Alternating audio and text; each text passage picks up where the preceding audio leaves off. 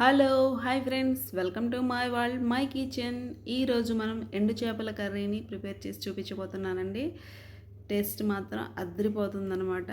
చూడండి, ఇలా మనం వేడి అన్నంలో ఇలా ఎండు చేపల కర్రీని వేసుకొని తిన్నామా, ఆహా, లొట్టలు వేసుకోవాల్సిందేనమాట.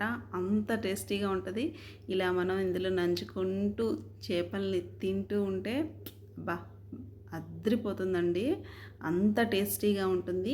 మీరు ఒకసారి ట్రై చేయండి. వీడియో కానీ నచ్చిందా లైక్ చేయండి, షేర్ చేయండి, సబ్స్క్రైబ్ చేసుకోండి. చూడండి ఎంత ఎమ్మీగా ఉన్నాయో, చూస్తుంటేనే తినేయాలనిపిస్తుంది కదా. ఎలా చేయాలో చూసిద్దాం పదండి. ముందుగా దీనికి కావాల్సినవి చిన్ని ఉల్లిగడ్డలు అన్నమాట. చూడండి, ఇవి మనం సాంబార్ కోసం వాడతాం కదా, ఈ కర్రీకి వీటిని వాడుకోవచ్చు. అలాగే ఒక 50 గ్రామ్స్ పచ్చిమిర్చి, ఒక పావు కిలో టమాటా, ఇంకా కొత్తిమీర. దీనికోసం కావలసిన ఎండు చేపలు అన్నమాట. ఎండు చేపలను మనం నీటితోటి బాగా శుభ్రంగా కడుక్కోవాలి. పైన అంతా డస్ట్ ఉంటుంది కదండి, అదంతా పోయేదాకా నీట్గా ఉప్పు వేసి క్లీన్గా కడుక్కోవాలి. ఇలా కడిగి మనం వీటిని పక్కన పెట్టేసుకుందాం. ఆ తర్వాత మనం పొయ్యి ముట్టేసేసుకొని ఒక ప్యాన్ పెట్టేసుకుందాం. ఇందులో ఒక 2-3 స్పూన్స్ ఆయిల్ వేసుకొని ఈ కడిగిన చేప ముక్కలు ఉన్నాయి కదండి, వీటిని వేసుకొని మనం బాగా ఫ్రై చేసుకోవాలి.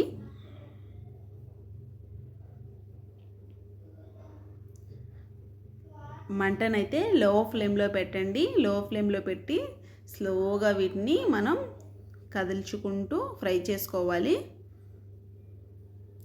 మంచి కలర్ ఫామ్ అవుతుంది కదండి. ఇలా మనకి ఈ చేప ముక్కలు బాగా దూరగా వేగాలన్నమాట. ఈ టేస్ట్ అసలు చాలా బాగుంటుందండి. ఇలా దూరగా వేగిన తర్వాత వీటిని మనం ఓ బౌల్లో తీసేసుకుందాం. ఆ తర్వాత ఇందులో ఇదే ఆయిల్లో మనం ముందుగా తొక్కవలిచి పక్కన పెట్టేసుకున్న ఉల్లిగడ్డలు ఉన్నాయి కదండి, వాటిని కూడా వేసుకొని బాగా వేయించుకుందాం. ఇవి ఇలా వేగుతూ ఉంటే ఇందులో ఓ 2 రెమ్మల కరివేపాకుని కూడా వేసుకుంటున్నాం. అలాగే మన కర్రీకి కావాల్సిన రుచికి సరిపడినంత సాల్ట్ వేసుకుంటున్నాం. ఒక 1 స్పూన్ పసుపు కూడా యాడ్ చేసుకుందాం అండి. ఇప్పుడు ఇదంతా మనం బాగా కలుపుకొని లో ఫ్లేమ్లో పెట్టేసుకొని ఉడికించుకోవాలన్నమాట. అప్పుడే మనం వేసిన ఉల్లిగడ్డలు బాగా మగ్గుతాయి.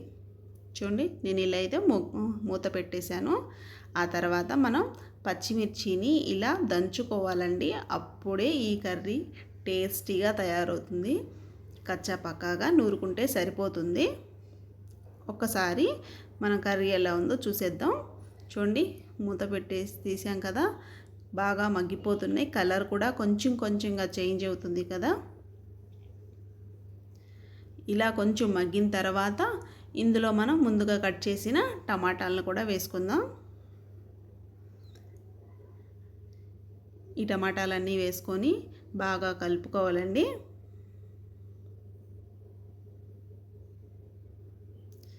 మరొకసారి మూత పెట్టేసుకొని ఒక 5 మినిట్స్ కుక్ అవ్వనిద్దాం. ఈలోపు మనం పచ్చిమిర్చిని బాగా దంచుకొని తీసేసుకుందాం.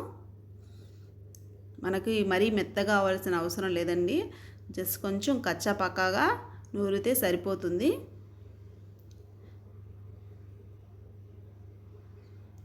ఇలా మనం పచ్చిమిర్చి పేస్ట్ని పక్కన పెట్టేసుకుందాం.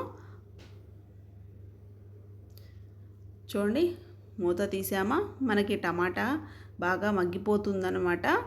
ఇప్పుడు ఇందులో మనం ఇందాక నూరిన పచ్చిమిర్చి పేస్ట్ని వేసేసుకుందాం.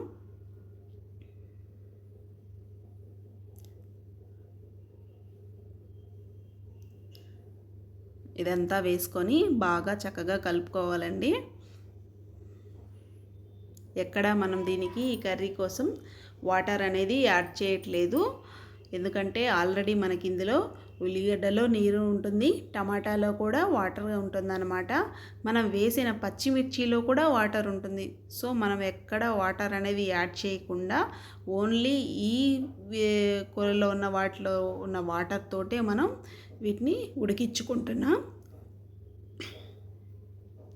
ఆ తర్వాత మనం ముందుగా ఫ్రై చేసిన చేప ముక్కలను కూడా వేసుకొని ఒకసారి మూత పెట్టేసుకొని ఒక 5 మినిట్స్ కుక్ అవ్వనిద్దామండి.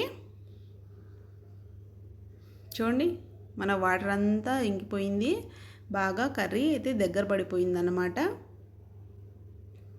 ఇప్పుడు ఇందులో మనం లాస్ట్ అండ్ ఫైనల్గా కొంచెం కొత్తిమీరని చల్లేసుకుందాం. అంతేనండి, మన ఎండు చేపల ఉల్లిగడ్డ కర్రీ రెడీ అయిపోయినట్టే. చూడండి అసలు ఎంత బాగుందో, ఎంత చూడటానికే కాదండి టేస్ట్ కూడా అంతే బాగుంటుంది. మీరు కూడా ఒకసారి ట్రై చేయండి, చాలా టేస్టీగా ఉంటుంది కర్రీ. నెక్స్ట్ మనం సర్వింగ్ బౌల్లో సర్వ్ చేసుకుందాం. ఈ చిట్టి చిట్టి ఉల్లిగడ్డల్ని ఇలా నంచుకొని తింటుంటే భలే టేస్ట్ ఉంటుందండి, చాలా బాగుంటుంది. వీడియో కానీ నచ్చిందా? లైక్ చేయండి, షేర్ చేయండి, సబ్స్క్రైబ్ చేసుకోండి.